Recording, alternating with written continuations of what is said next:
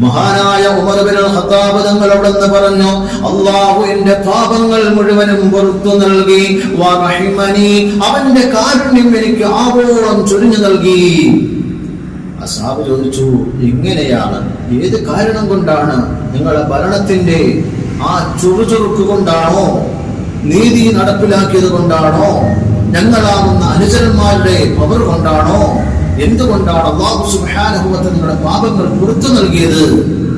മഹാനായ ഉമർ ഇബ്നുൽ ഖത്താബ് തങ്ങൾ പറഞ്ഞു, ഞാനൊരു ദിവസം മദീനയിലെ ചന്തയിലൂടെ നടക്കുമ്പോൾ ഒരു ചെറിയൊരു പയ്യനെ കണ്ടു. ആ പയ്യന്റെ കയ്യിൽ ഒരു ചെറിയൊരു കുരുവിയുടെ കുഞ്ഞുണ്ട്, ഒരു കുരുവിയുണ്ട്. ആ കുരുവിയുടെ രണ്ട് കൈയും രണ്ട് ചിറകും, ആ കുരുവിയുടെ രണ്ട് കാലും രണ്ട് ചിറകും റബ്ബർ ബാൻഡ് പോലത്തത് കൊണ്ട് കെട്ടിവെച്ചിരിക്കുകയാണ്. ഈ പയ്യനതാ ഇത് ആകാശത്തിലേക്ക് പറത്തിവിടുന്നു. ആ പക്ഷിക്ക് പറക്കാൻ കഴിയാതെ താഴോട്ട് വരുന്നു, പിന്നെയും പറത്തിവിടുന്നു. ആ പക്ഷി നിലംപതിക്കുന്നു താഴോട്ട്. ഇങ്ങനെ ചെറുക്കനിട്ട് പക്ഷിയെ ആകാശത്തിലേക്ക് പറത്തിവിടുമ്പോ പറക്കാൻ കഴിയാത്തത് കാണുമ്പോൾ ചെറുക്കന് വല്ലാത്ത സന്തോഷം. മഹാനായ ഉമർ ഇബ്നുൽ ഖത്താബ് തങ്ങളുടെ മനസ്സ് വേദനിക്കുകയാണ്.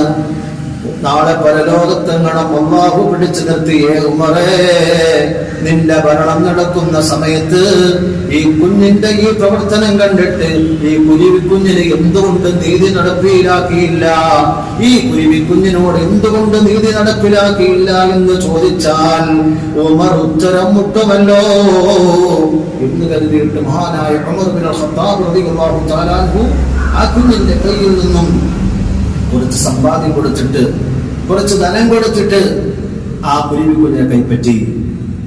എന്നിട്ട് മഹാനായ ഉമർ ഇബ്നുൽ ഖത്താബ് റളിയല്ലാഹു തആല അൻഹു ആ കുരുവിക്കുഞ്ഞിനെ ആകാശത്തിലേക്ക് പറത്തിവിട്ടു. റബ്ബർ ബാൻഡ് അടിച്ചു, ആകാശത്തിലേക്ക് പറത്തിവിട്ടു. മഹാനവറുകൾ ചിന്തിച്ചു, അല്ലാഹുവേ, മഹാനായ ഉമർ ഇബ്നുൽ ഖത്താബ് തങ്ങൾ പറയുകയാണ്, ഈ ഒറ്റ പ്രവർത്തനം കൊണ്ടാണ് അല്ലാഹു സുബ്ഹാനഹു വ തആല എന്നോട് കരുണ കാണിച്ചത് എന്ന്, അല്ലാഹു എന്റെ പാപങ്ങൾ പുറത്തു നൽകിയത് എന്ന് മഹാനായ ഉമർ ഇബ്നുൽ ഖത്താബ് തങ്ങൾ പഠിപ്പിക്കുമ്പോൾ നമ്മളും നമ്മുടെ വീട്ടിലുള്ള സഹജീവികളുണ്ട്, അവരോട് കരുണ കാണിക്കണം, അവരോട് മാന്യമായ രീതിയിൽ പെരുമാറണം. എങ്കിൽ പടച്ചതമ്പുരാൻ നമ്മുടെ പാപങ്ങൾ പുറത്തു നൽകും, അല്ലാഹു നമ്മുടെ ദോഷങ്ങൾ പുറത്തു നൽകും. അല്ലാഹു കൂട്ടത്തിൽ ഉൾപ്പെടുത്തട്ടെ.